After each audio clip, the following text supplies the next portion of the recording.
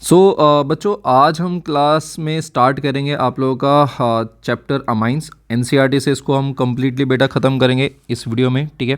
तो सारे जो कॉन्सेप्ट हैं, सारे कॉन्सेप्ट को हम डिटेल में समझेंगे। सारी जितनी भर भी आपकी नेम रिएक्शंस हैं उनको हम लोग डिटेल में समझेंगे, ठीक है। और एट द एंड इस चैप्टर को जल्दी से ख़त्म करेंगे, ठीक है। बेसिकली आप देखोगे तो हमारे पास जो अमाइंस हैं, जो अमाइन का जो पूरा ग्रुप है, इसको हम काफ़ी सारी जो है बेटा इंडस्ट्रीज़ में यूज़ करते हैं। जैसे जो एनेस्थीसिया है उसमें बेटा हम लोग इसको यूज़ करते हैं। एक केमिकल होता है नोवासिन, ठीक है। और ये आपका एक अमीनो बेस्ड आपका कंपाउंड है। ऐसी बेटा आपके पास एक कफ सिरप आती है बेनेड्रिल, काफ़ी बच्चों ने इसको बेटा यूज़ भी करा होगा, ठीक है। उसके अंदर भी बेटा आपका जो अमीनो कंपाउंड आपको देखने के लिए मिलेंगे, ठीक है।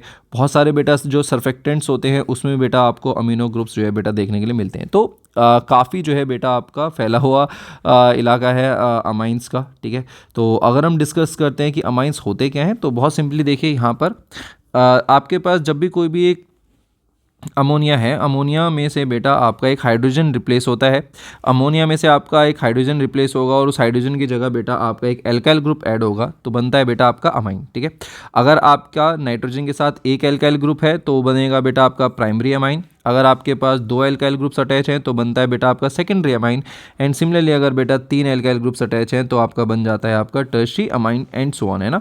तो ये होता है बेटा आपके पास पूरा अमाइंस की क्लासिफिकेशन। यहाँ पर अगर आप देखेंगे तो यहाँ पर आपके पास ही primary and secondary and tertiary amines जो है बेटा आपके बने हुए हैं। These are the primary, secondary and बेटा आपके पास टर्शियरी अमाइंस।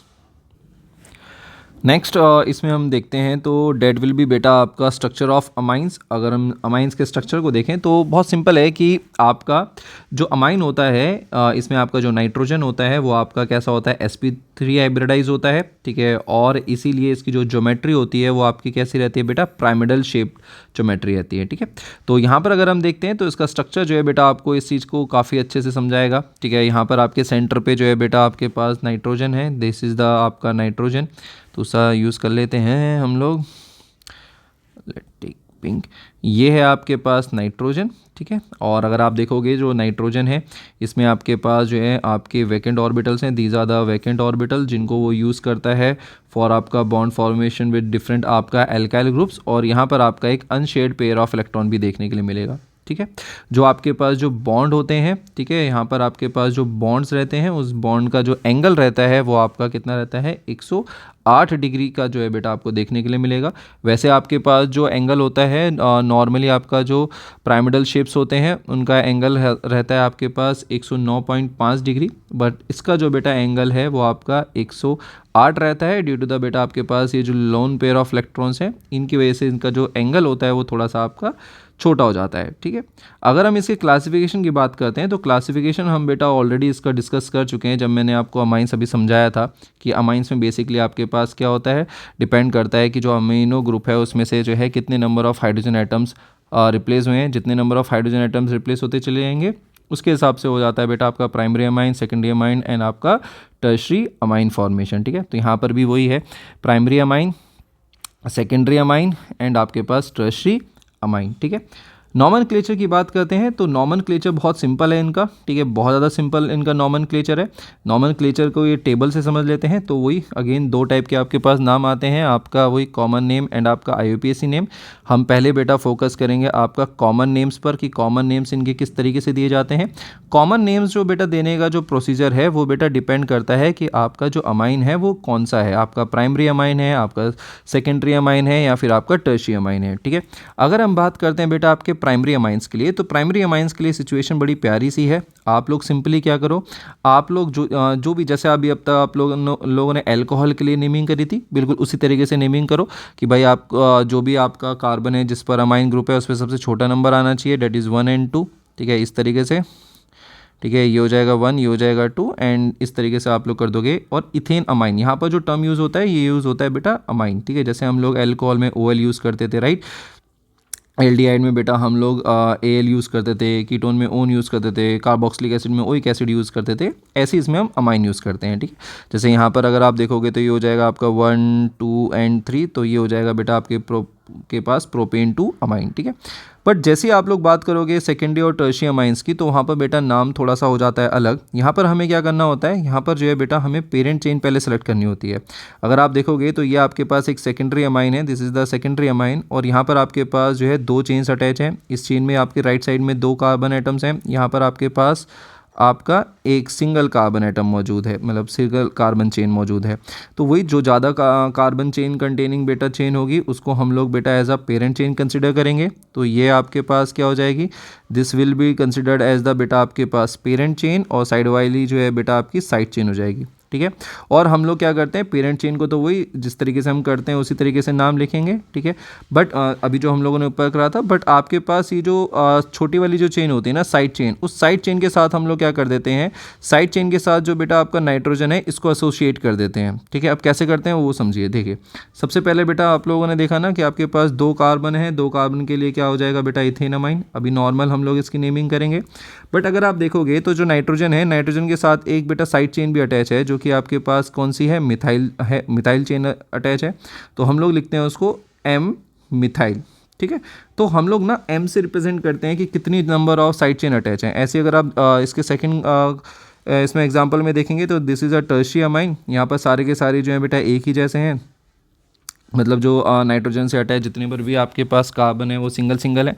तो एक किसी को भी आप लोग जो है as a parent chain select कर लो, एंड देन फिर आपके पास हो जाएगा N, डाइलिथाइल डाइमिथाइल मीथेन अमाइन। ठीक है, आई होप ये आपको क्लियर होगा। ऐसे ही अभी यहाँ पर अगर आप देखोगे तो ये और बढ़िया है। ठीक है, यहाँ पर देखो तो यहाँ पर आपके पास बहुत क्लियर है कि आपके पास देखो जो ब्लू कलर से मार्क्ड है ये आपके पास पेरेंट चेन हो जाएगी, 4 कार्बन है, और जो बचे हुए जो बेटा आपके जो पिंक कलर से मार्क्ड हैं वो आपके अपने आप क्या हो जाएंगे, प्राइम साइड चेन की तरह काम करेंगे। तो पेरेंट चेन का नाम करोगे, एंड देन फिर बेटा N करके अपना जो भी आपका जो साइड चेन है उनका नाम कर देंगे। ठीक है, तो बहुत बेसिक सी बेटा आपकी वो है, कुछ अलग नहीं है। ठीक है, बस यहाँ पर कुछ सर्टेन जो है बेटा, जैसे अब ये एरोमेटिक है, एरोमेटिक में कुछ को याद रख लो, जैसे आपके पास टोलिडीन बहुत आएगा तो इसको थोड़ा सा दिमाग में रखना। एनिलीन आप लोग जानते हैं, आई होप याद होगा। एनिलीन होता है जब भी आपके पास जो बेंजीन है उसके साथ एक NH2 अटैच हो जाता है तो बन जाता है आपका एनिलीन। ठीक है, तो ये कुछ आपके क्या हैं, ये कुछ आपके बेटा अमाइंस के जो नाम हैं वो आपको करने हैं। ठीक है, और ये आपके पास क्वेश्चन है, इसको जरूर से ट्राई करिएगा। इंपॉर्टेंट क्वेश्चन हैं, देखो नेमिंग तो आएगी 109% आएगी। हालांकि जो ये इन टेक्स्ट क्वेश्चन और एक्सरसाइज क्वेश्चन जो है इनकी भी मैं वीडियो बनाऊंगा, बट हाँ अगर आपको पता है तो डेफिनेटली एक बार जो है अभी वीडियो पॉज करके एक बार आप रिवाइज जरूर कर लीजिएगा बेटा। नेक्स्ट अब हम स्टार्ट करते हैं बेटा आपका प्रिपरेशन ऑफ अमाइंस। ठीक है, तो अमाइंस की प्रिपरेशन के लिए 1 बाय 1 बेटा बहुत सारे मेथड्स हमें देखने हैं। ठीक है, तो सबसे पहला जो मेथड आता है डेट इज़ द बेटा reduction of nitro compounds. Nitro माने NO2 कंपाउंड्स। ठीक है, आप किसी भी बेटा नाइट्रो कंपाउंड का अगर आप रिडक्शन करवाते हो तो आपको जो है बेटा देखने के लिए मिलेगा आपका अमाइन। ठीक है, बहुत ध्यान समझना। तो यहाँ पर अगर आप देखोगे तो यहाँ पर हम लोग क्या करते हैं कि कोई भी आपके पास जो नाइट्रो कंपाउंड है उस नाइट्रो कंपाउंड में से बेटा हम लोग हाइड्रोजन गैस को बेटा पास करते हैं in the presence of definitely catalyst. ठीक है, तो ताकि आपके पास जो रिएक्शन है वो थोड़ी सी क्या हो जाए बेटा आपका स्पीडिफाई हो जाए। ठीक है, साइड बाय साइड बेटा हम लोग जो है ये रिडक्शन जो है बेटा आपका एसिडिक मीडियम में भी बेटा आपका करवाते हैं। ठीक है, मतलब इस सेम रिडक्शन को बेटा हम लोग मेटल्स के साथ भी करवा सकते हैं, इस सेम रिडक्शन को हम लोग मेटल के साथ भी करवा सकते हैं, बट उसके लिए हमें एसिडिक मीडियम लेना पड़ता है। ठीक है, तो ये 2 बेटा आपके पास रिएक्शंस हैं जो कि बड़े आराम से इस चीज़ को एक्सप्लेन करती हैं। ये आपके पास देखिए NO2 ग्रुप है, सिंपली आपका ऑक्सीजन हटेगा, हाइड्रोजन अटैच हो जाएगा। ठीक है, बट अगर हम बात करते हैं इन दोनों रिएक्शंस में जो आपका मेन जो डिफरेंस है वो है बेटा आपके पास कि प्रोडक्ट्स की बातचीत है ना, मतलब सॉरी इनपुट्स की बातचीत है ना। ऊपर में अगर आप देखोगे ना तो आपको हाइड्रोजन की कंटिन्यूस सप्लाई देनी पड़ेगी, बट नीचे वाले में एक फ़ायदा होता है, डेट इज़ जब आप एक मेटल और एसिड को यूज़ करते हो, और स्पेसिफिकली अगर हम बेटा आयरन और बेटा एसिड को यूज़ करते हैं तो होगा क्या कि आयरन और बेटा HCl यूज़ करते हैं तो आपका FeCl2 बनता है। ठीक है, और ये FeCl2 जो है बेटा पानी के साथ रिएक्ट कर जाता है और दोबारा से आपका हाइड्रोक्लोरिक एसिड दे देता है। तो होता क्या है कि आपको बहुत छोटी सी amount of hydrochloric hydrochloric acid की जो है बेटा यूज़ करनी होती है, और वो हाइड्रोक्लोरिक एसिड जो है बेटा बार बार आपका रिएक्शन में बनता रहता है, तो इसलिए आपको दोबारा से ऐड करने की ज़रूरत नहीं पड़ेगी। बट आपका ऊपर वाला मेथड जो है उसमें हमें continuous supply of hydrogen gas की बेटा रिक्वायरमेंट होती है, ठीक है। तो ऐसा कुछ बहुत ज़्यादा ऐसा रिमार्केबल डिफरेंस नहीं है, बट आपको याद रखना चाहिए, ऐसा कुछ वो अलग नहीं है, ठीक है। तो किसी भी बेटा नाइट्रो कंपाउंड का रिडक्शन आप हाइड्रोजन के साथ करवा सकते हो इन द प्रेजेंस ऑफ आपका सिंपल निकल या पैलेडियम या प्लेटिनियम कैटलिस्ट के साथ, या फिर आप लोग किसी भी एक मेटल का बेटा किसी भी एक मेटल की मदद से भी उसका रिडक्शन करवा सकते हो, बट उसके लिए आपको एसिडिक मीडियम की रिक्वायरमेंट पड़ती है, ठीक है। नेक्स्ट मेथड है बेटा आपका aminolysis of alkyl halide. So basically aminolysis होता है प्रोसेस जिसमें हम लोग जो कार्बन और जो हैलोजन का बॉन्ड है उसको हम लोग तोड़ते हैं बाय द हेल्प ऑफ आपका अमोनिया, ठीक है। तो यहाँ पर आपके पास ये प्रॉपर एक प्यारी सी डेफिनेशन भी लिखी हुई है, the process of cleavage of carbon halogen bond by ammonia molecule is known as बेटा आपका अमीनोलाइसिस, और इसके लिए जो आपका टेम्परेचर चाहिए होता है वो होता है आपका 373 केल्विन, ठीक है। और यहाँ पर ये जो प्रोसेस होती है ना बेटा, ये आपके पास कह लो एक चेन रिएक्शन टाइप होता है कि आपके पास जो है ये है आपका प्राइमरी अमोनिया प्राइमरी अमाइन का जो है हम लोग रिएक्शन करवा देते हैं बेटा एल्काइल हैलाइड के साथ, ठीक है। देन आपके पास मिलता है सेकेंडरी अमाइन का अगेन फिर से हम लोग बेटा एल्काइल हैलाइड के साथ रिएक्शन करवाते हैं, ठीक है। आपको मिलता है टर्शियम अमाइन का फिर से बेटा एल्काइल हैलाइड के साथ रिएक्शन करवाते हैं, तो आपको क्या मिल जाएगा, आपको मिल जाएगा क्वांटरी अमोनियम आपका सॉल्ट, ठीक है, क्वांटरी अमोनियम आपका सॉल्ट, ठीक है। एंड अगर आप लोग बेटा यहाँ से पर देखते हैं, अगर आप लोग डायरेक्टली करवा देते हैं तो आपको जो है बेटा यहाँ पर भी ये लिखा हुआ है सब्स्टिट्यूटेड अमोनियम सॉल्ट, ठीक है, ये देखने के लिए मिलेगा। अगर आप लोग ये जो अमोनियम सॉल्ट है इसका रिएक्शन बेटा किसी भी एक स्ट्रॉन्ग बेस के साथ करवा दोगे, ठीक है, तो आपको क्या मिल जाएगा, आपको जो है बेटा अमाइन देखने के लिए मिलता है, ठीक है। कोई भी अगर आपके पास जो फ्री अमाइंस होते हैं, अगर आपको निकालना है, फ्री अमाइंस एक्सट्रैक्ट करना है इस पूरी रिएक्शन में से, तो आप लोग जो आपका जो अमोनियम सॉल्ट आया है उस अमोनियम सॉल्ट का बेटा रिएक्शन करवा दो एक बेस के साथ, आपको प्राइमरी अमाइन देखने के लिए मिलता है। अब इसके लिए बेटा एक डिसएडवांटेज है, और वो डिसएडवांटेज क्या है बेटा, वो ये है कि यहाँ पर आपको बेटा मिक्सचर ऑफ बेटा प्रोडक्ट्स देखने के लिए मिलते हैं। यहाँ पर आपको जो है बेटा प्राइमरी अमाइन भी देखने के लिए मिल रहा है, सेकेंडरी अमाइन देखने के लिए मिल रहा है, टर्शियम अमाइन देखने के लिए भी मिल रहा है, और कॉन्ट्री अमोनियम सॉल्ट भी देखने के लिए मिल रहा है, जिसकी वजह से ये जो अमीनोलाइसिस का जो मेथड है ये बहुत अच्छा मेथड नहीं है बेटा फॉर द फॉर्मेशन ऑफ बेटा आपका अमाइंस, ठीक है। और वहीं अगर हम बात करते हैं, क्योंकि आपको एक एल्काइल हैलाइड चाहिए यहाँ पर रिएक्शन के लिए, तो उसके लिए हम लोग क्या लेते हैं, सबसे ज़्यादा मतलब एल्काइल हैलाइड ही लेंगे, बट सबसे तेज़ी से रिएक्ट करेगा वही आपका RI, फिर है आपका CBr और RBr और फिर होगा RCl, ठीक है। ये आप लोग जानते हो ये इनका बॉन्ड क्लीवेज की वजह से है, RI का जो बॉन्ड क्लीवेज है वो ईजिली हो जाता है, फिर आपका RBr का होता है, एंड देन फिर आपका RCl का होता है। और अमीनोलाइसिस से रिलेटेड बेटा आपको क्वेश्चंस यहाँ पर इन टेक्स्ट ये एग्जांपल नंबर 13.1 में देखने के लिए मिलेगा। अगेन बड़ा अच्छा एग्जांपल है, आई विश इसको आप लोग सॉल्व करें, अच्छा क्वेश्चन है, आपको अमीनोलाइसिस की थोड़ा सा और जो कॉन्सेप्ट है वो क्लियर कर देगा, ठीक है। चलिए नेक्स्ट है बेटा आपके पास method of preparation, that is the reduction of आपका नाइट्राइल्स, ठीक है।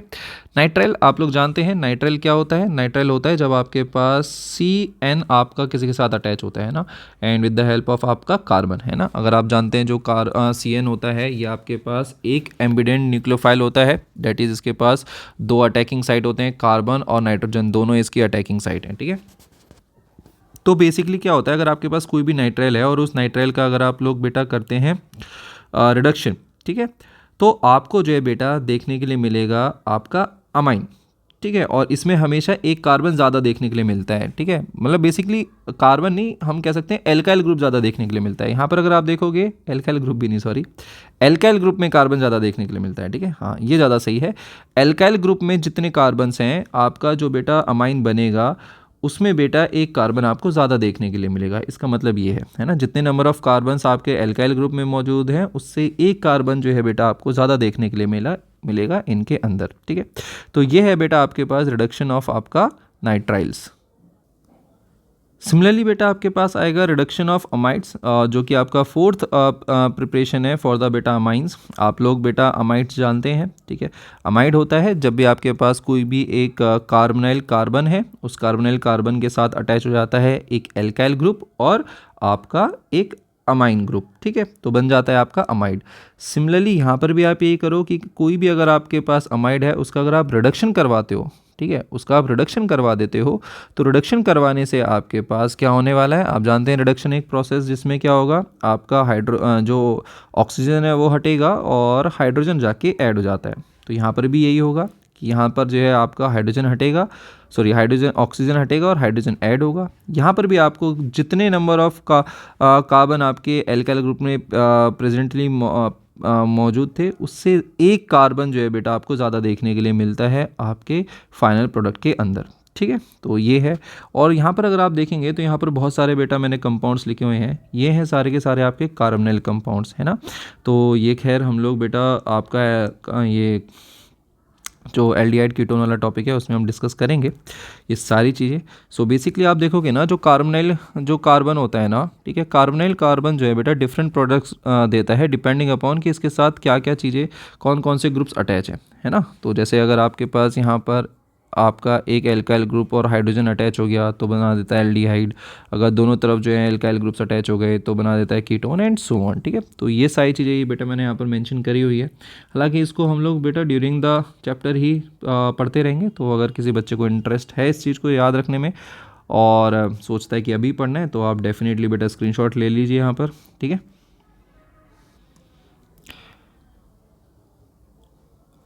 अब जो बेटा रिएक्शन है डेट इज़ द बेटा नेम रिएक्शन, ठीक है, फॉर द फॉर्मेशन ऑफ बेटा आपका अमाइंस एंड इस मेथड से हम लोग बनाते हैं सिर्फ और सिर्फ आपका प्राइमरी अमाइन, ठीक है। और ये है आपका ग्रेबरल पैथियोलामाइड सिंथेसिस, ग्रेबरल साइंटिस्ट का नाम है और पैथियोलामाइड बेटा यहाँ पर जो केमिकल हम लोग यूज़ करते हैं उसका नाम है, ठीक है। तो यहाँ पर जो आपको केमिकल दिखाई दे रहा है दिस इज़ बेटा आपका पैथियोलामाइड, ठीक है। यहाँ पर बेसिकली हम लोग सबसे पहले क्या करते हैं, यहाँ फिर हम लोग पोटेशियम हाइड्रोक्साइड के साथ इसका रिएक्शन करवाते हैं और पोटेशियम हाइड्रोक्साइड के रिएक्शन के बाद आपके पास होगा क्या, बहुत ध्यान सुनना है बेटा, कि आपका जो नाइट्रोजन और जो हाइड्रोजन का जो बॉन्ड है ये आपका करेगा ब्रेक।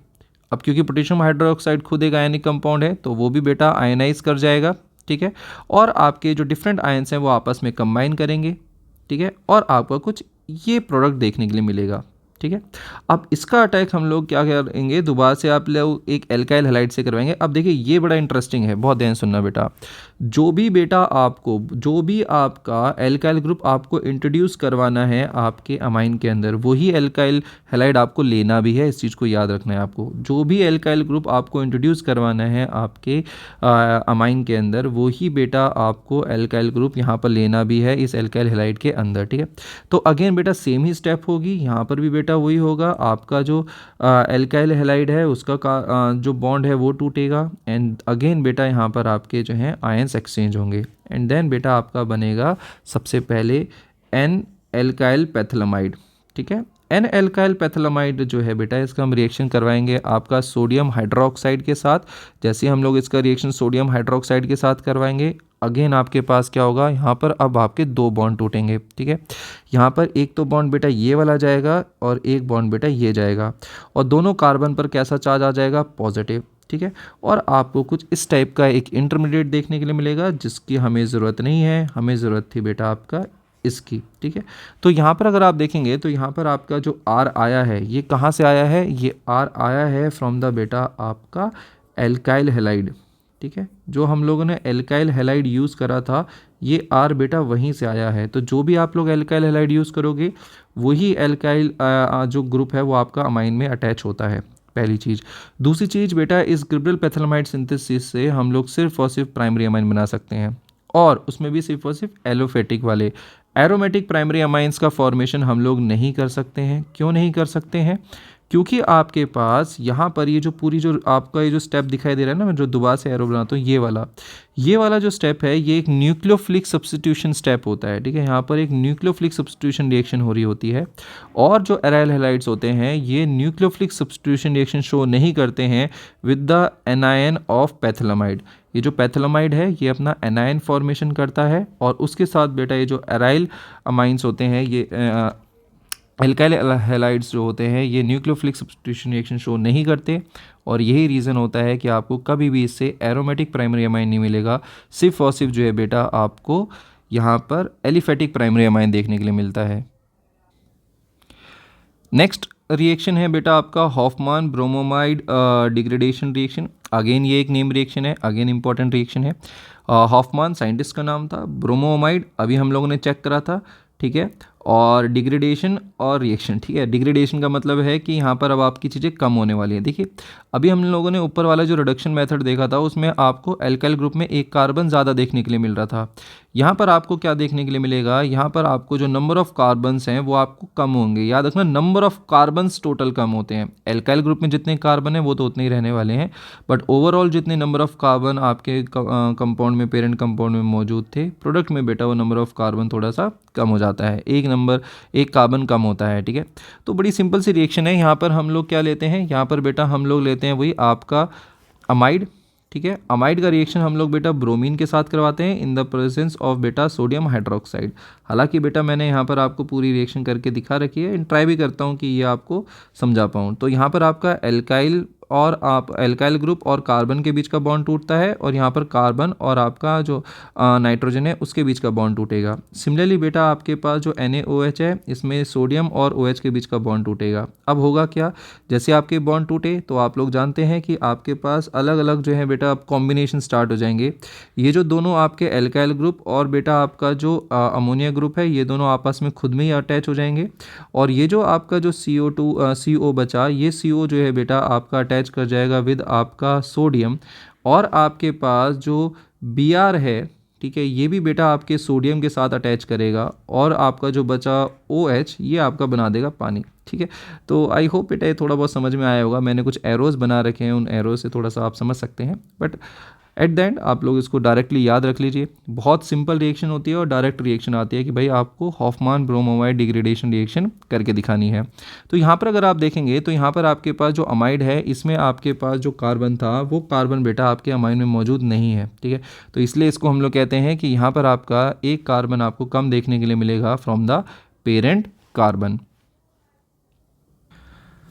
नेक्स्ट बेटा अब हम लोग डिस्कस करेंगे आपका फिजिकल प्रॉपर्टीज़। आई होप आप लोगों को बेटा जो प्रिपरेशन है वो समझ में आई होगी, ठीक है। अब हम फिजिकल प्रॉपर्टीज़ पर चलते हैं। फिजिकल प्रॉपर्टीज़ भी आपका इक्वल इंपॉर्टेंट होती हैं जितना आपका केमिकल प्रॉपर्टीज़ या फिर प्रिपरेशन इंपॉर्टेंट है, ठीक है। तो सबसे पहले फिजिकल प्रॉपर्टी आपके पास यही है कि आपके पास जो एलिफेटिक अमाइंस होते हैं, ठीक है, वो आपका हाइड्रोजन बॉन्ड फॉर्म कर सकते हैं। क्यों? क्योंकि आपके पास क्या रहता है, आपका हाइड्रोजन आपका डायरेक्टली अटैच रहता है विद द नाइट्रोजन एटम, ठीक है। तो जिसकी वजह से ये आपका बढ़िया हाइड्रोजन बॉन्ड फॉर्मेशन कर सकते हैं, ठीक है। और इसीलिए ये बेटा आपका वाटर के अंदर सॉल्युबल भी होते हैं, ठीक है, क्योंकि ये वाटर के साथ क्या बना सकते हैं, आपका हाइड्रोजन बॉन्ड का फॉर्मेशन कर सकते हैं, ठीक है। बट ये जो सॉल्युबिलिटी होती है बेटा ये आपका डिक्रीज करती चली जाती है जैसे जैसे आपका जो एल्काइल ग्रुप है ये इंक्रीज होता चले जाता है, ठीक है। क्यों? क्योंकि आपके पास जो एल्काइल ग्रुप होता है वो आपका हमेशा कैसा रहता है, आपका हाइड्रोफोबिक होता है। तो जिसकी वजह से जो सॉल्युबिलिटी है वो आपका डिक्रीज करती चली जाती है जैसे जैसे आपका एल्काइल ग्रुप जो है हम लोग ऐड करते चले जाते हैं। और यही रीज़न है कि आपके पास जो हायर अमाइंस होते हैं वो आपका इनसॉल्युबल होते हैं वाटर के अंदर, ठीक है। दूसरी चीज़ अगर हम देखते हैं कि आपके पास जो प्राइमरी और जो सेकेंडरी अमाइंस हैं ये आपके पास बना सकते हैं इंटरमॉलिक्यूलर बेटा आपके पास हाइड्रोजन बॉन्डिंग, ठीक है, जिसकी वजह से बेटा आपके पास इसमें ये जो आपके जो प्राइमरी और जो सेकेंडरी अमाइंस हैं ये अच्छा खासा एसोसिएशन बेटा आपस में बना के बैठे रहते हैं, ठीक है। और इनका जो बॉइलिंग पॉइंट होता है वो भी काफ़ी होता है। बट वहीं अगर हम बात करते हैं टर्शियरी अमाइंस की, तो टर्शियरी अमाइंस बेटा इंटरमॉलिक्यूलर हाइड्रोजन बॉन्डिंग फॉर्म नहीं कर सकते हैं, ठीक है। हाँ, हालांकि ये बेटा हाइड्रोजन बॉन्ड बना सकते हैं विद वाटर मॉलिक्यूल, बट आपस में ये हाइड्रोजन बॉन्ड नहीं बना सकते हैं। और यही रीज़न होता है कि आपके पास जो बॉइलिंग पॉइंट होता है वो सबसे ज़्यादा बेटा प्राइमरी का होता है, देन आपके पास सेकेंडरी, देन आपके पास टर्शियरी। क्योंकि प्राइमरी के पास जो हाइड्रोजन बॉन्ड बनने की पॉसिबिलिटी है वो है 3, सेकेंडरी के पास 2, और बेटा आपके पास जो टर्शियरी वाला है वो आपस में कुछ भी नहीं कर सकता, ठीक है। तो यहाँ पर अगर आप देखेंगे ये तो आपके पास ऑर्डर भी लिखा हुआ है, और यहाँ पर आपको जो बेटा बॉन्ड्स दिखाई दे रहे हैं वो भी आपके पास जो हैं, ठीक है। तो यहाँ पर आपको देखो 3 बॉन्ड्स बनते हुए दिखाई दे रहे होंगे, ठीक है, 1, 2 एंड आपके पास 3 है। और ये सारे के सारे क्या हैं, these are the intermolecular hydrogen bonds, है ना, these are the intermolecular hydrogen bond. And आपके पास जितने ज़्यादा नंबर ऑफ बेटा आपके बॉन्ड्स होते हैं बिटवीन डिफरेंट मॉलिक्यूल्स उतना ही ज़्यादा आपका क्या होता है, बॉइलिंग पॉइंट होता है। तो इसलिए प्राइमरी का बॉइलिंग पॉइंट सबसे ज़्यादा, फिर सेकेंडरी का, फिर बेटा आपका टर्शियरी का। नेक्स्ट बेटा अब हम इसका डिस्कस करेंगे केमिकल रिएक्शंस एंड अभी हम लोगों ने बॉइलिंग पॉइंट जो है इसका डिस्कस करा था और भी दो फिजिकल प्रॉपर्टीज़ डिस्कस करी है, ठीक है। अच्छा, इसमें एक चीज़ रह गया था बेटा कलरलेस वाला, कि कलर वाला बेसिकली कि वही आपके पास जो एनाइलिन और जो दूसरे एराइल एलिमेंट्स होते हैं वो यूजली कलरलेस होते हैं, बट आपके पास इनमें कलर आ जाता है एटमॉस्फेरिक ऑक्सीडेशन की वजह से। एटमॉस्फेयर में अगर आप इसको रखोगे तो इनमें आपको कलर्स देखने के लिए मिल जाते हैं, बट यूजली कलरलेस रहते हैं बेटा, ठीक है। नेक्स्ट अगर हम देखते हैं तो ये है आपके पास केमिकल रिएक्शंस। तो केमिकल रिएक्शंस में सबसे इंपॉर्टेंट है वो है आपका बेसिक करैक्टर ऑफ अमाइंस, ठीक है। देखिए बेटा, कोई भी चीज़ एसिड है या बेस है उसके लिए हमारे पास डिफरेंट थ्योरीज थी, जिसमें अरेनियस थ्योरी थी, ब्रॉन्स्टेड थ्योरी थी, लुईस थ्योरी थी, ठीक है। तो हम लोग यहाँ पर जो एक्सप्लेन करेंगे वो हम एक्सप्लेन करेंगे ऑन द बेसिस ऑफ बेटा आपका ब्रॉन्स्टेड लॉरी कॉन्सेप्ट, ठीक है। ब्रॉन्स्टेड लॉरी कॉन्सेप्ट के हिसाब से एक एसिड जो है बेटा क्या ऑन होता है, एक एसिड होता है H पॉजिटिव डोनर और एक बेस होता है बेटा आपका H पॉजिटिव एक्सेप्टर, ठीक है। तो यहाँ पर अगर आप देखेंगे तो क्योंकि आपका जो अमाइन है वो आपका एक बेस होता है, ठीक है, एक ब्रॉन्स्टेड बेस होता है, तो इसीलिए वो आपका किसी भी एसिड के साथ जो है बेटा रिएक्ट करेगा और आपका सॉल्ट फॉर्मेशन कर देता है, ठीक है। चाहे फिर वो बेटा आपका एक एलिफेटिक अमाइन है, चाहे बेटा वो आपका एक एरोमेटिक अमाइन है, सभी बेटा एक ही प्रोसीजर को जो है फॉलो करते हैं। सारे के सारे जो बेटा अमाइंस होते हैं वो बेसिक नेचर के होते हैं और इसी की वजह से बेटा सारे अमाइंस क्या करेंगे, सारे अमाइंस जो हैं बेटा एसिड के साथ रिएक्ट करते हैं और आपका सॉल्ट फॉर्मेशन करते हैं, जो कि बेटा दो रिएक्शंस आपके सामने क्लियरली लिखी हुई हैं, ठीक है। नेक्स्ट यहाँ पर है बेटा वही जो अभी हम लोगों ने जब हम अमीनोलाइसिस पढ़ रहे थे तब भी हम लोगों ने डिस्कस करा था कि किसी भी बेटा जो टर्शियरी सॉल्ट होता है या अमोनियम सॉल्ट होता है उसका आप किसी भी एक बेस के साथ ट्रीटमेंट करवा दो तो आपको जो है बेटा अमाइन देखने के लिए मिल जाएगा, जिस अमाइन से उसको बनाया गया है। बहुत सिंपल सा, ठीक है, कुछ बहुत अलग से बेटा साइंस नहीं है। फिर नेक्स्ट वही आपके पास जो अमाइंस होते हैं वो आपका सॉलेबल होते हैं बेटा वाटर में, बट इनसॉलेबल होते हैं ऑर्गेनिक सॉल्वेंट्स के अंदर। इसमें कोई बहुत बड़ी चीज़ नहीं है। इंपॉर्टेंट क्या है, इंपॉर्टेंट है बेटा आपके पास ये, ठीक है, बहुत ध्यान सुनिए। आप लोग जानते हैं कि आपके पास जो अमाइन है वो बहुत ज़्यादा स्ट्रॉन्ग बेटा आपका जो है बेस नहीं है, ठीक है। अब जब क्योंकि बहुत स्ट्रॉन्ग बेस नहीं है तो जब आप इसको पानी में डालोगे तो ये कभी भी कम्प्लीटली आयनाइज नहीं होगा, है ना। तो जब कम्प्लीटली आयनाइज नहीं होगा तो क्या डेवलप हो जाएगा, आपका डेवलप हो जाएगा इक्विलिब्रियम, ठीक है। ये जो साइन है वो इक्विलिब्रियम का है और जब इक्विलिब्रियम आ जाएगा तो आपके पास क्या हो जाएगा बेटा, आपके पास Kb, जिसको हम लोग कहते हैं बेटा आपका equilibrium constant for the base. अब Kb के लिए बेटा हम लोग अगर आपका कोई भी जो Kb आपका किसी भी एक बेस के लिए Kb जब आप निकाल देते हो तो आप उसकी जैसे बेटा माइनस लॉग के साथ मल्टीप्लिकेशन कर देते हो Kb की, तो आपको मिल जाता है आपका PKb, ठीक है। और ये जो बेटा आपका Kb है और जो PKb है ये बहुत सारी चीज़ों के बारे में बताता है अबाउट अ बेस। जैसे ये बहुत इंपॉर्टेंट है, बहुत ज़्यादा इंपॉर्टेंट चीज़ है। जैसे जितना ज़्यादा बेटा Kb की वैल्यू होगी, या फिर हम कहें उल्टा कि जितना बेटा छोटा होगा PKb, Kb की वैल्यू जितनी ज़्यादा, ऑब्वियसली बात है ये आपको साफ साफ दिखाई दे रहा होगा कि Kb की वैल्यू जितनी ज़्यादा हो जाएगी PKb उतना ही छोटा हो जाएगा, क्योंकि नेगेटिव की वैल्यू है। Kb की वैल्यू जितनी ज़्यादा या फिर बेटा जितना जो है PKb की वैल्यू छोटी होगी, आपका बेस उतना ही ज़्यादा क्या होने वाला है बेटा, स्ट्रॉन्ग होने वाला है, ठीक है। जितना ज़्यादा होगा Kb की वैल्यू या जितनी छोटी होगी PKb की वैल्यू, आपका बेस उतना ही स्ट्रॉन्ग होगा, ठीक है। तो यहाँ पर ही बेटा आपके पास ये रीज़न है, बहुत इंपॉर्टेंट है। तो आप लोगों को कभी भी जो है बेटा PKb वगैरह की वैल्यू जो है दे सकते हैं और पूछा जा सकता है कि बताओ कि कौन सा जो बेटा आपका अमाइन है वो ज़्यादा जो है आपका बेसिक है। उस तरीके से भी क्वेश्चन बेटा आपके आ सकते हैं, ठीक है। यहाँ पर अगर हम देखते हैं तो अगेन ये वाला कॉन्सेप्ट बहुत इंपॉर्टेंट है। यहाँ पर देखें तो यहाँ पर ये बोल रहा है कि जो एलिफेटिक अमाइंस होते हैं वो स्ट्रॉन्गर बेस होते हैं देन अमोनिया, ठीक है, क्योंकि वहाँ पर आपका प्लस आई इफेक्ट होता है, ठीक है। बहुत ध्यान सुनिए बेटा, आपका एलिफेटिक अमाइंस, ठीक है, एलिफेटिक अमाइंस ज़्यादा स्ट्रॉन्ग होते हैं एज अ बेस, है ना। एज अ बेस आपके जो एलिफेटिक अमाइंस हैं वो ज़्यादा स्ट्रॉन्ग होते हैं देन बेटा आपका अमोनिया। इसका रीज़न समझिए, इसका रीज़न ये है क्योंकि जब आपके पास जो एलिफेटिक अमाइंस हैं वो आपका एक हाइड्रोजन एक्सेप्ट कर लेते हैं तो वो अपने आप को कन्वर्ट कर लेते हैं आपका इस फॉर्म में, और आपके पास जो एल्काइल ग्रुप है वो आपका प्लस आई इफेक्ट शो कर देते हैं, और प्लस आई इफेक्ट शो करने की वजह से प्लस आई इफेक्ट शो करने की वजह से आपका जो पॉजिटिव चार्ज है उसे डिक्रीज़ कर देते हैं। बट वहीं अगर हम बात करते हैं अमोनिया के केस में, तो अमोनिया के केस में ऐसा नहीं हो पाता है। अमोनिया जो है बेटा आपका क्या करता है, वो एक H पॉजिटिव को एक्सेप्ट कर लेता है अगर, तो उसके पास वो पॉजिटिव चार्ज मेंटेन रहता है। तो इसीलिए आपके पास जो एलिफेटिक अमाइंस होते हैं वो स्ट्रॉन्ग बेस होते हैं एज़ कम्पेयर टू बेटा आपका अमोनिया। ठीक है। वहीं अगर हम बात करते हैं आपके एरोमेटिक अमाइंस की, तो एरोमेटिक अमाइंस जो हैं बेटा ये आपके अमोनिया से भी बेटा बेकार आपके बेस होते हैं। ठीक है। क्यों? क्योंकि आपके पास यहाँ पर ये चीज़ होती है, यहाँ पर उल्टा हो जाएगा कि आपके पास जो बेटा जैसे इसमें हम लोग क्या करेंगे, जैसे अगर हम लोग इसमें एक हाइड्रोजन ऐड कर देंगे तो यहाँ पर आपके पास आएगा पॉजिटिव, यहाँ पर 3, और यहाँ पर आपके पास जो अराइल ग्रुप्स होते हैं इनके पास इलेक्ट्रॉन विड्रॉइंग टेंडेंसी होती है, यानी ये इलेक्ट्रॉन्स को क्या करेंगे बेटा आपके पास खींचते हैं। ठीक है, ये इलेक्ट्रॉन्स को खींचते हैं जिसकी वजह से पॉजिटिव चार्ज और बढ़ जाएगा, यानी अनस्टेबल हो जाएगा। ठीक है, तो इसलिए सबसे ज़्यादा बढ़िया बेस कौन है, सबसे ज़्यादा बढ़िया बेस होते हैं आपके पास प्राइमरी अमाइंस, देन आपका अमोनिया, देन आपके पास बेटा आपके एरोमेटिक अमाइंस। बहुत इंपॉर्टेंट कॉन्सेप्ट है बेटा ये। सो अब हम बेटा इसी के आगे प्रोसीड करते हैं। जो अभी हम लोगों ने बेस के बारे में पढ़ा है और ये काफ़ी लंबा चौड़ा टॉपिक है बेस में, तो आई होप बेटा ये वाला टॉपिक अभी आपको क्लियर रहा होगा।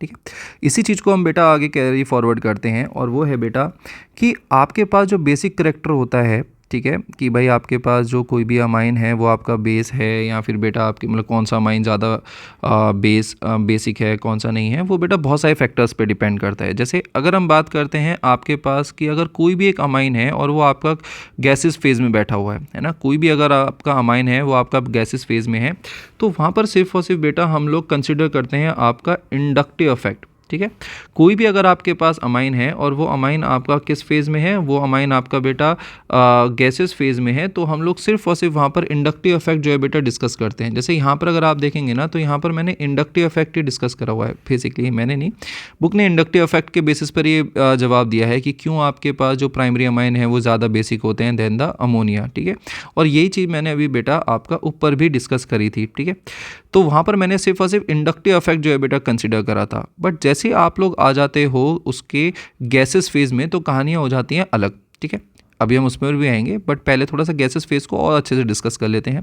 तो गैसेस फेज़ में आपका इंडक्टिव इफेक्ट ही बेटा काम करता है, और इसीलिए आपके पास जो बेसिक करैक्टर रहता है आपका डिक्रीजिंग ऑर्डर में गैसेस फेज़ में, वो रहता है आपके पास टर्शियरी अमाइन, फिर होता है सेकेंडरी, फिर आता है प्राइमरी, फिर होता है बेटा आपके पास अमोनिया नॉर्मली, है ना। तो ये होता है बेटा आपका, और ये बिल्कुल फिक्स है, ये बिल्कुल ट्रेंड आपका फिक्स रहता है फॉर द बेटा आपका गैसेस फेज ऑफ अमाइंस। ठीक है, यही ट्रेंड बेटा आपका हर एक बेटा अमाइन फॉलो करेगा इन देयर गैसेस स्टेट।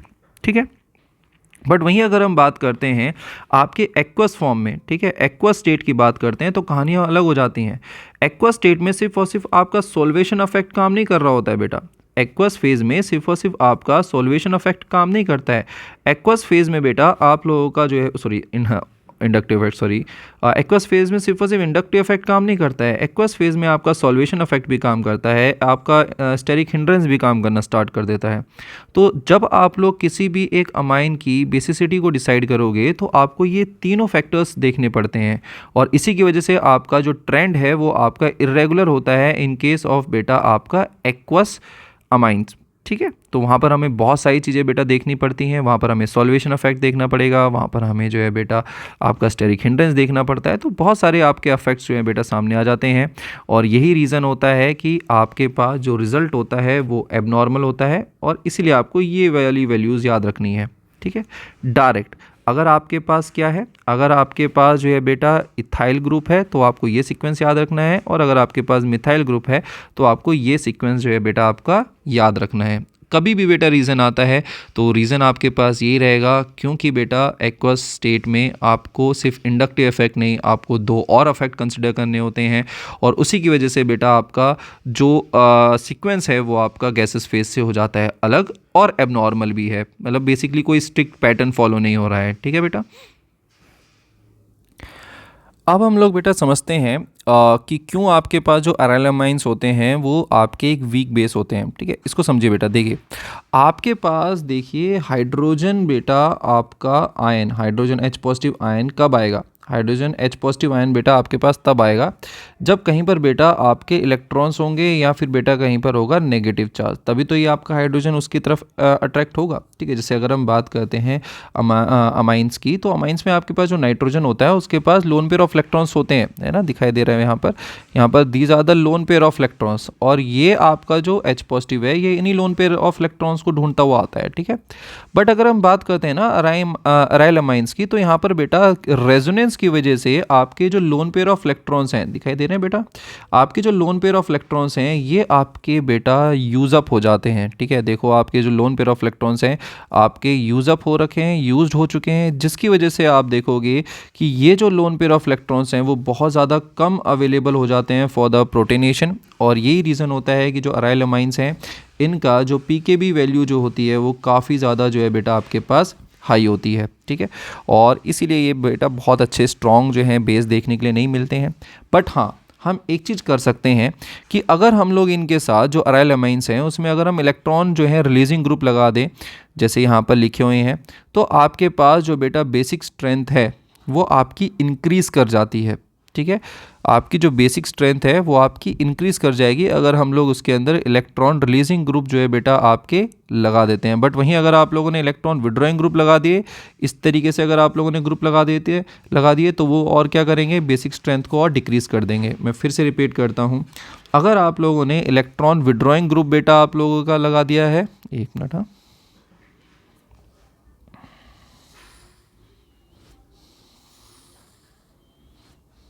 ठीक है, देखिए अगर आप लोग बेटा अराइल अमाइंस के साथ इलेक्ट्रॉन विड्रॉइंग ग्रुप्स लगा देते हैं, ठीक है, अगर आप लोग इनके साथ इलेक्ट्रॉन विड्रॉइंग ग्रुप्स लगा देते हैं तो वो ऑलरेडी बेटा आपका जो नाइट्रोजन है उस पर पॉजिटिव चार्ज क्रिएट करके बैठे हुए हैं। इलेक्ट्रॉन विड्रॉइंग ग्रुप और बेटा इलेक्ट्रॉन्स को खींच लेंगे, पॉजिटिव चार्ज को और बढ़ा देंगे और ज़्यादा इसको अनस्टेबल कर देंगे। ठीक है, तो आपका जो इलेक्ट्रॉन विड्रॉइंग ग्रुप है वो आपका क्या करते हैं बेटा, स्टेबिलिटी को और डिक्रीज़ कर देते हैं।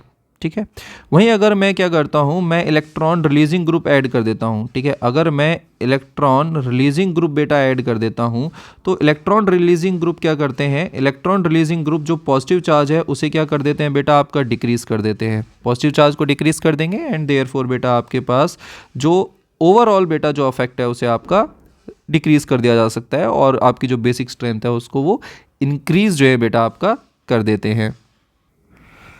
नेक्स्ट बेटा आपके पास रिएक्शन है and that is the alkylation. यहाँ पर एल्काइलेशन रिएक्शन है नहीं, मैं एक्सप्लेन कर देता हूँ। बेसिकली आपके पास कोई भी आपका अमाइन है, लेट्स से बेटा हम लोग आपका एक प्राइमरी अमाइन ले लेते हैं। ठीक है, this is the primary amine. ठीक है, इस सेकेंडरी अमाइन है ना, सेकेंडरी अमाइन है, और इस सेकेंडरी अमाइन का बेटा हम लोग रिएक्शन करवा देते हैं एक एल्काइल हैलाइड के साथ। ठीक है, एक एल्काइल हैलाइड के साथ बेटा मैंने रिएक्शन करवा दिया, तो बहुत सिंपल सा है कि आपके पास क्या होगा, आपका जो एल्काइल ग्रुप है वो आपका अटैच कर जाएगा विद द आपका नाइट्रोजन, और हाइड्रोजन बेटा आपका अटैच कर जाएगा with the halogen, and therefore आपका जो फाइनल प्रोडक्ट हो जाएगा वो आपको कुछ इस टाइप का हो जाएगा। ठीक है, और यहाँ पर आपके पास लगेगा आपका एल्काइल ग्रुप प्लस बेटा आपके पास आ जाएगा आपका हाइड्रोजन, एंड आपका हो जाएगा हेलोजन एटम अटैच। ठीक है, तो ये है बेटा आपका एल्काइलेशन ऑफ आपका अमाइंस। ठीक है, नेक्स्ट रिएक्शन है बेटा आपका एसाइलेशन। बेसिकली आपके पास जो आपके प्राइमरी अमाइंस हो गए, ठीक है, आपके प्राइमरी, आपके एलिफेटिक, आपके जो है बेटा क्या नाम है सेकेंडरी एरोमेटिक प्राइमरी और सेकेंडरी अमाइंस, ये सारे के सारे जो बेटा अमाइंस हैं ये आपके रिएक्ट कर जाते हैं किस किस के साथ, ये आपका रिएक्ट कर जाते हैं एसिड क्लोराइड के साथ, एसिड एनहाइड्राइड के साथ, एस्टर्स के साथ, और इलेक्ट्रोफिलिक सब्स्टिट्यूशन रिएक्शन होती है, और आपका एट द एंड बनाते हैं आपका अमाइड। ठीक है, और इस पूरी बेटा रिएक्शन को हम लोग कहते हैं बेटा आपका एसाइलेशन, चाहे वो एसिड क्लोराइड के साथ रिएक्ट करें, चाहे एसिड एनहाइड्राइड के साथ रिएक्शन करें, चाहे बेटा आपका एस्टर्स के साथ रिएक्शन करें, किसी के साथ भी रिएक्शन करते हैं अगर आपके अमाइन, तो आपका अमाइड फॉर्मेशन होता है। ठीक है, तो इसको हम कहते हैं एसाइलेशन।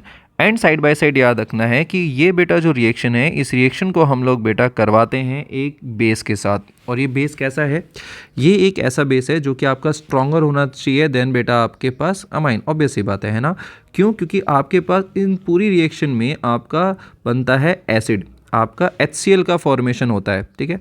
और इस HCl को रिमूव आउट करने के लिए बेटा हम लोग बेस लेते हैं, अदरवाइज जो है बेटा रिएक्शन क्या करेगी, बैकवर्ड जाना स्टार्ट कर देगी। अगर हम बेस यूज़ करते हैं, जैसे पायरिडीन हो गया, वो पायरिडीन जो है बेटा क्या करेगा, वो पायरिडीन जो है बेटा आपका जो एसिड है उसके साथ रिएक्ट करेगा और रिएक्शन को फॉरवर्ड लेके जाएगा, ठीक है।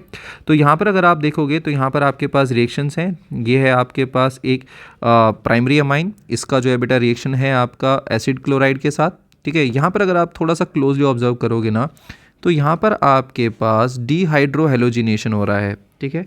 यहाँ पर हो रहा है आपका डीहाइड्रोहेलोजिनेशन, डीहाइड्रोहेलोजिनेशन, ठीक है।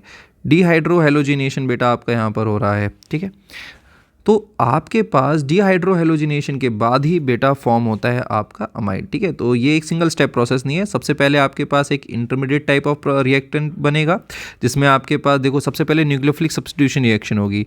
यहाँ पर है आपके पास लोन पेयर ऑफ इलेक्ट्रॉन, और आपके पास ये जो ग्रुप है, यहाँ पर आपके पास जो कार्बन और ऑक्सीजन के जो बीच का बॉन्ड है, ये इस न्यूक्लियोफाइल की प्रेजेंस में ये अपना बॉन्ड तोड़ेगा। यहाँ पर पॉजिटिव चार्ज आएगा, यहाँ पर नेगेटिव, और यहाँ पर आपका एक इंटरमीडिएट प्रोडक्ट बनता है, ठीक है।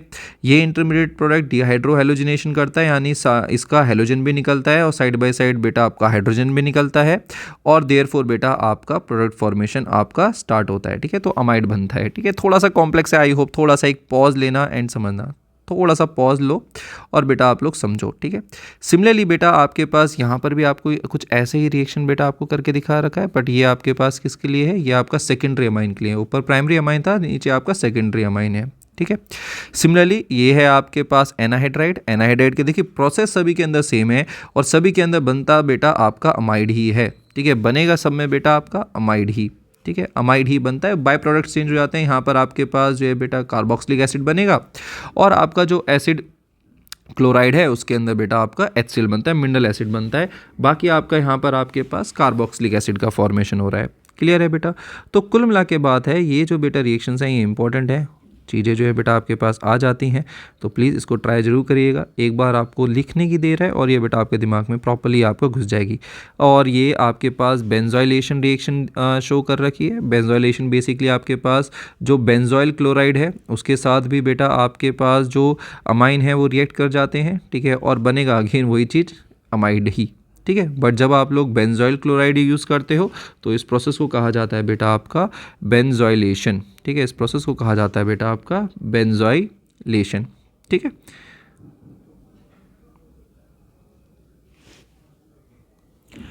नेक्स्ट रिएक्शन है बेटा आपके पास कार्बोनामाइन रिएक्शन, और ये जो कार्बोनामाइन रिएक्शन है ये आपके पास एक डिटेक्शन टेस्ट की तरह भी यूज़ होती है। क्योंकि होता क्या है कि हम लोग क्या करवाते हैं, आपका रिएक्शन करवाते हैं, ठीक है। आपके पास कौन सा होना चाहिए ये इंपॉर्टेंट है, कौन कौन से बेटा अमाइंस पहले रिएक्ट करते हैं वो समझ लेते हैं।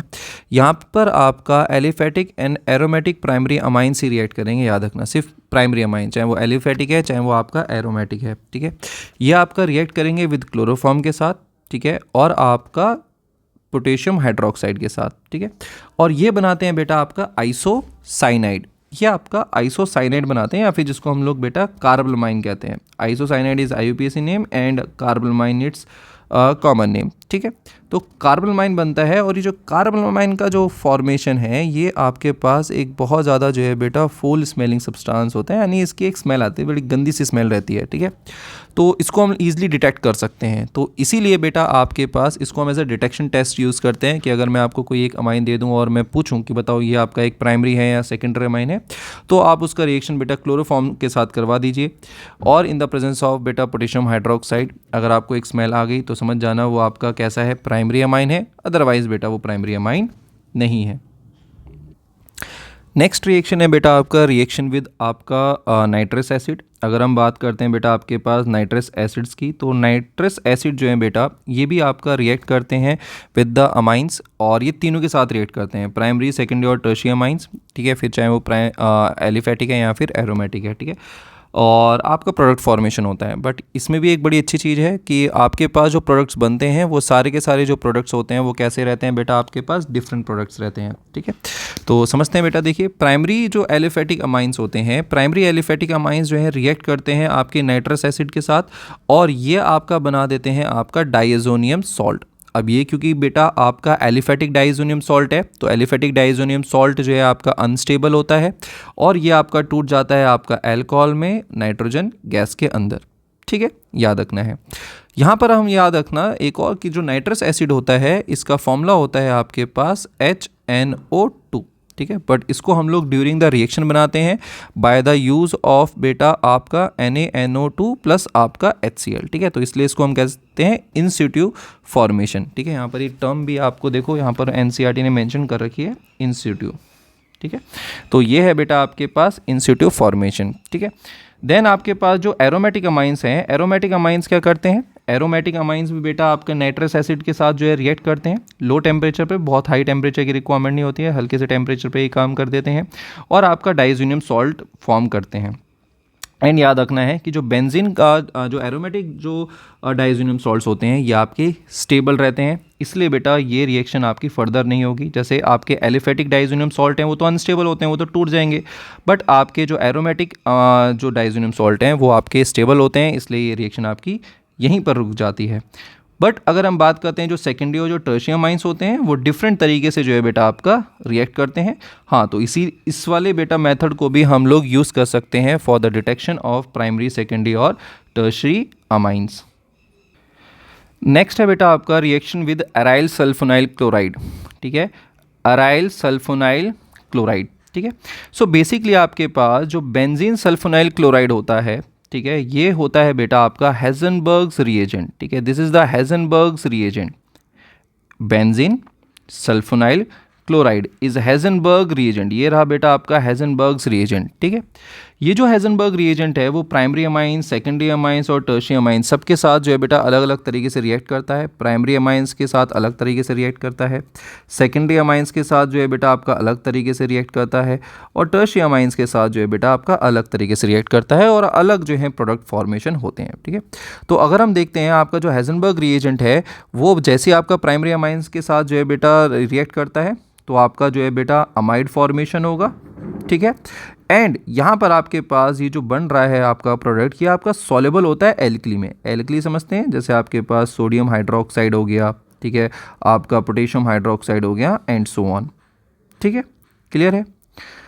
बट यहाँ पर जैसी बात आती है बेटा सेकेंडरी अमाइंस की, तो ये जो सेकेंडरी अमाइंस होते हैं ये भी बेटा आपका रिएक्ट कर जाते हैं आपके जो हेज़नबर्ग रिएजेंट है, बट उसके साथ जो बेटा आपका प्रोडक्ट फॉर्मेशन होता है, जो आपका अमाइड बनता है ना, ये अमाइड जो है बेटा सल्फोनामाइड जो बनता है ये आपका एल्कली में सॉल्युबल नहीं होता है। ठीक है, ये आपका एल्कली में सॉल्युबल नहीं होता है। उसका रीज़न समझिए बेटा, इसका रीज़न भी आ जाता है क्यों ऐसा हो रहा है।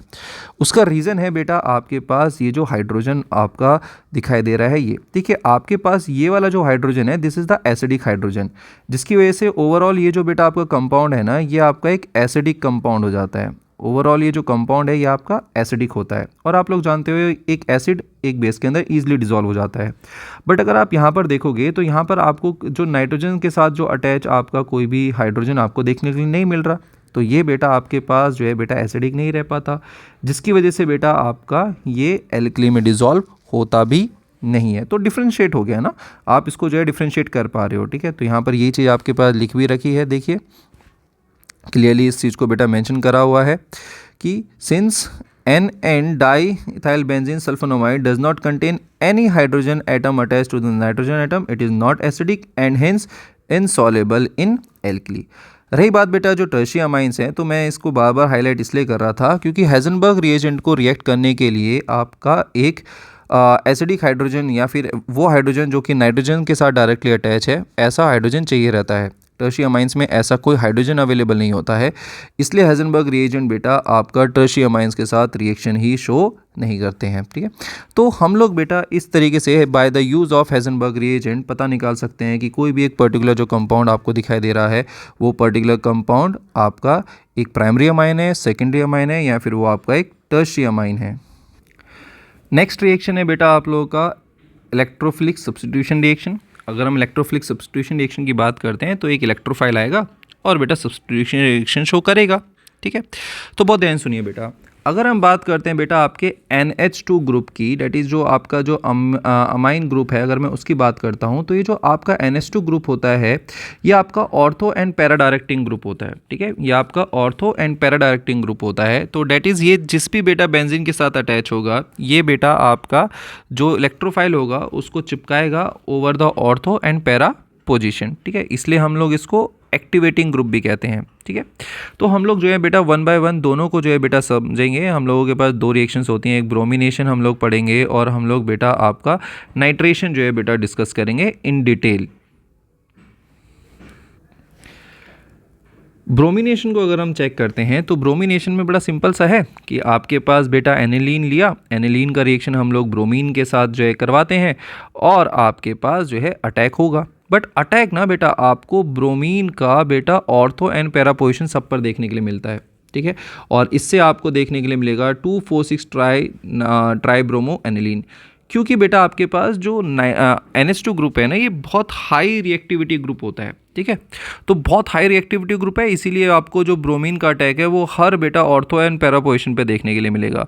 बट अगर हम लोग बेटा जो NH2 ग्रुप है उस NH2 ग्रुप को जो है बेटा रिएक्ट करवा देते हैं विद द एसिटाइल ग्रुप, यानी एसिटिक एनहाइड्राइड के साथ जो है रिएक्ट करवा देते हैं, तो आपकी जो पावर होती है NH2 ग्रुप की वो रिड्यूस हो जाती है, जिसकी वजह से आपके पास फिर उसमें मैं ब्रोमीन का अटैक करवाऊंगा तो ब्रोमीन या तो आपका ऑर्थो पोजीशन पर अटैक कर रहा होगा या फिर बेटा आपका पैरा पोजीशन पर अटैक कर रहा होगा। तो यहाँ पर आपका जो पैरा पोजीशन वाला है वो आपका मेजर प्रोडक्ट में बनता है। क्यों? क्योंकि आपके पास वो सिमेट्री आ जाती है ना। यहाँ पर अगर आप देखोगे तो मेजर लिखा हुआ है, डैट मीन्स सिर्फ यही प्रोडक्ट नहीं मिलेगा, आपका जो ऑर्थो पोजीशन वाला है वो भी मिल रहा है बट वो आपका कम अमाउंट में मिल रहा होता है, ठीक है। तो इससे होता क्या है, इससे आपके पास जो फाइनल प्रोडक्ट होगा उसमें सिर्फ और सिर्फ बेटा आपका क्या रहेगा, बेटा एक ब्रोमीन अटैच आएगा। ऊपर वाले में क्या था, ऊपर वाले में बेटा आपका ऑर्थो एंड पैरा पोजीशन पर जितनी भी ऑर्थो एंड पैरा पोजीशन थी सब में आपका ब्रोमीन था।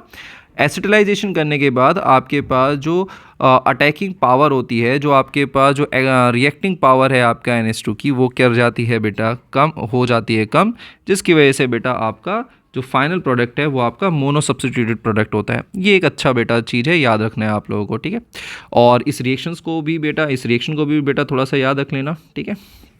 अब यहाँ पर इसको एक्सप्लेन करना थोड़ा सा जो है आपका ट्रिकी रह जाएगा, बट एक बार आप लिखेंगे समझेंगे आपके दिमाग में ये बैठ जाएगा, ठीक है। तो यहाँ पर अगर आप देखते हैं तो यहाँ पर ये ऊपर वाले का जो है बेटा कि ऐसा क्यों हो रहा है उसका रीज़न दे रहा है। वो रीज़न ये दे रहा है कि भाई आपके पास जो पहले आपके जो लोन पेयर ऑफ इलेक्ट्रॉन थे वो बहुत ज़्यादा अवेलेबल थे आपकी बेंजीन में जाने के लिए, रेजोनेंस करने के लिए। अब बट जैसे हम लोग उसका एसिटिलाइजेशन कर देते हैं तो अब ये जो लोन पेयर ऑफ इलेक्ट्रॉन है वो ज़्यादा अवेलेबल नहीं होते हैं, तो रेजोनेंस जो है ये आपका बहुत ज़्यादा स्ट्रॉन्ग नहीं करता है। कुल मिला के बात है कि जो पॉजिटिव और जो चार्ज आपका ऑर्थो पोजीशन पे क्रिएट हो रहा था वो पॉजिटिव चार्ज जो है बेटा वो आपका कम हो चुका है एसिटिलाइजेशन रिएक्शन करने के बाद, ठीक है। तो यहाँ पर आपके पास जो है बेटा यही सब इसने जो है चीज़ें आपका बता रखी हैं, दोबारा से उसी चीज़ को उसने रिपीट करा है, ठीक है। नेक्स्ट है बेटा आपका नाइट्रेशन। एंड नाइट्रेशन में आप लोग जानते हो नाइट्रेशन में होता है एडिशन ऑफ NO2 ग्रुप, ठीक है। जब भी हम किसी भी एक ऑर्गेनिक कंपाउंड में NO2 ग्रुप अटैच कर देते हैं तो इस प्रोसेस को कहा जाता है नाइट्रेशन, ठीक है। तो नाइट्रेशन के लिए हम लोग सिंपली क्या यूज़ करते हैं, हम लोग H2SO4 यूज़ करते हैं, HNO3 यूज़ करते हैं और थोड़ा सा हीटिंग, ठीक है। और ये भी आपके पास ऑर्थो एंड पैरा पोजीशन पर आपको अटैक होना चाहिए था। बट यहाँ पर बड़ी एक इंटरेस्टिंग चीज़ है और इंटरेस्टिंग चीज़ आपको दिखाई भी दे रही है कि यार ऑर्थो और पैरा पोजीशन तक तो ठीक था। ये आपके पास देखो ये है आपका पैरा पोजीशन, ये है आपके पास ऑर्थो पोजीशन, बट यहाँ पर आपके पास मेटा पोजीशन पर भी आपका NO2 अटैच होता हुआ दिखाई दे रहा है। आपको मेटा पोजीशन पर भी NO2 दिखाई दे रहा है और उसकी अमाउंट भी काफ़ी अच्छी खासी है, 47%। ऐसा क्यों? उसका रीज़न है बेटा, और उसका रीज़न ये है कि आपके पास जब ये रिएक्शन होती है तो यहाँ पर आपके पास एक सिग्निफिकेंट अमाउंट में आपका एनिलियम आयन भी बनता है, आपका एनिलियम आयन बन जाता है, ठीक है। दिस इज़ द एनिलियम आयन, क्योंकि आप एसिड यूज़ कर रहे हो ना, तो एनिलियम आयन बन जाता है। और ये जो एनिलियम आयन होता है ये आपका मेटा डायरेक्टिंग होता है, ये आपका मेटा डायरेक्टिंग होता है, जिसकी वजह से आपको बेटा मेटा पोजीशन पर भी आपको NO2 ग्रुप जो है देखने के लिए मिलता है, ठीक है। और अगेन अगर आप लोग फिर से वही चीज़, अगर आप लोग इस प्रोसेस को रोकना चाहते हो, स्लो करना चाहते हो, तो अगेन आप लोग क्या करो, एसिटिलाइजेशन कर दो। एसिटिलाइजेशन से क्या होगा, आपके पास सिर्फ और सिर्फ पैरा पोजीशन पर आपको NO2 जो है अटैच होता हुआ दिखाई देता है। ठीक है, रीज़न अभी भी वही रहेगा कि आपका जो लोन पेयर ऑफ इलेक्ट्रॉन्स आपके एनिलीन में मौजूद थे, इन ये जो लोन पेयर ऑफ इलेक्ट्रॉन्स हैं वो अब कम अवेलेबल होंगे फॉर द बेटा रेजोनेंस, जिसकी वजह से बेटा आपका पॉजिटिव चार्ज बेंजीन पर कम आएगा। नेक्स्ट है, एंड ये आपके पास लास्ट रिएक्शन है फॉर अमाइंस, एंड ये है आपके पास सल्फोनेशन। ठीक है, तो सल्फोनेशन के लिए बेसिकली हम लोग क्या करते हैं, हम लोग कंसनट्रेटेड सल्फ्यूरिक एसिड जो है बेटा यूज़ करते हैं, और कंसनट्रेटेड सल्फ्यूरिक एसिड यूज़ करने से आपके पास बनता है एनिलीनियम हाइड्रोजन सल्फेट। ठीक है, और इसकी आप हीटिंग करोगे, हीटिंग करने के बाद जो है बेटा आपका सल्फेनिलिक एसिड बनता है। और क्योंकि बेटा आपके पास ये वाला जो पार्ट है, ये एक मिनट, ये आपका एक एसिडिक पार्ट है, ऊपर ये आपका बेसिक पार्ट है। ठीक है, ये आपका एसिडिक पार्ट है, ये आपका बेसिक पार्ट है। तो acidic part H positive release करेगा, बेसिक पार्ट H पॉजिटिव को एक्सेप्ट करेगा, और आपका एक ज़्यूट्रा आयन का फॉर्मेशन होता है। क्या ये इतना इंपॉर्टेंट है? नहीं, इंपॉर्टेंट क्या है, इंपॉर्टेंट है जो यहाँ लिखा हुआ है बेटा, ये पार्ट बहुत इंपॉर्टेंट है। ये पार्ट ये बोलता है कि आपके पास जो एनिलीन होता है ये कभी भी फ्रिडल क्राफ्ट जो है बेटा रिएक्शन शो नहीं करता, यानी ये एल्काइलेशन और एसिटिलाइजेशन रिएक्शन शो नहीं करता है। ना तो ये एल्काइलेशन रिएक्शन शो करेगा, ना ही ये एसिटिलाइजेशन रिएक्शन शो करता है। और इसका रीज़न है आपका एल्यूमिनियम क्लोराइड। देखिए, हम लोग जब भी फ्रिडल क्राफ्ट रिएक्शन करवाते हैं तो उस फ्रिडल क्राफ्ट रिएक्शन के लिए बेटा हम लोगों को यूज़ करना होता है आपके कुछ salt, aluminium chloride, ferrous chloride, क्योंकि ये आपके लुईस एसिड्स की तरह काम करते हैं, जो कि आपके रिक्वायर्ड होते हैं रिएक्शन को प्रोसीड करवाने के लिए। ये आपके लुईस एसिड है, एनिलीन आपके पास बेस है, तो ये दोनों आपस में ही बेटा रिएक्ट कर जाते हैं, ये आपस में ही रिएक्ट कर जाते हैं और सॉल्ट फॉर्मेशन कर देते हैं। और यही एक प्राइमरी रीज़न है कि क्यों बेटा आपके जो एनिलीन है वो आपका फ्रिडल क्राफ्ट रिएक्शन जो है बेटा शो नहीं करता है। ठीक है, सो हम लोगों ने बेटा इसकी ऑलमोस्ट सारी थ्योरी जो है बेटा आपकी कंप्लीट कर ली है। ठीक है, अब हमारे पास जो नेक्स्ट वीडियो लेक्चर होगा उसमें हम लोग डाइजोनियम सॉल्ट जो है बेटा डिस्कस करेंगे। ठीक है, बट आई सजेस्ट कि आप लोग डाइजोनियम सॉल्ट पर जंप करने से पहले आप लोग जितनी बार भी बेटा इसकी जो थ्योरी पार्ट है उसको एक बार अच्छे से गो थ्रू करो। ठीक है, सारा जितना बार भी जो इसका जो मटेरियल है, जो भी अब तक हम लोगों ने पढ़ा है, ठीक है, वो सब एक बार देख लो। ठीक है, समझ में आना चाहिए। ठीक है, और डाइजोनियम सॉल्ट को फिर नेक्स्ट क्लास में इसमें डिस्कस करेंगे। नेक्स्ट वीडियो लेक्चर में आपका डाइजोनियम सॉल्ट जो है हम लोग करेंगे, एंड आपके साइड बाय साइड क्वेश्चंस भी। तो प्लीज़ अपना थ्योरी कंप्लीट करिए इसकी, है ना। क्वेश्चंस लगाइए, एनसीईआरटी के क्वेश्चंस काफ़ी अच्छे क्वेश्चंस हैं, उन क्वेश्चंस को लगाइए। काफ़ी सारे क्वेश्चन हैं एनसीईआरटी में भी। ठीक है, उन क्वेश्चंस को ख़त्म कर लीजिए, एंड देन फिर डाइजोनियम सॉल्ट का लेक्चर हम लोग डालेंगे। देन आप सेम प्रोसेस उसमें भी करना, पहले आप लोग पूरा लेक्चर पढ़ना, देन उसके क्वेश्चंस लगाना, एंड नंबर अच्छे आएंगे, है ना। Okay, thank you so much.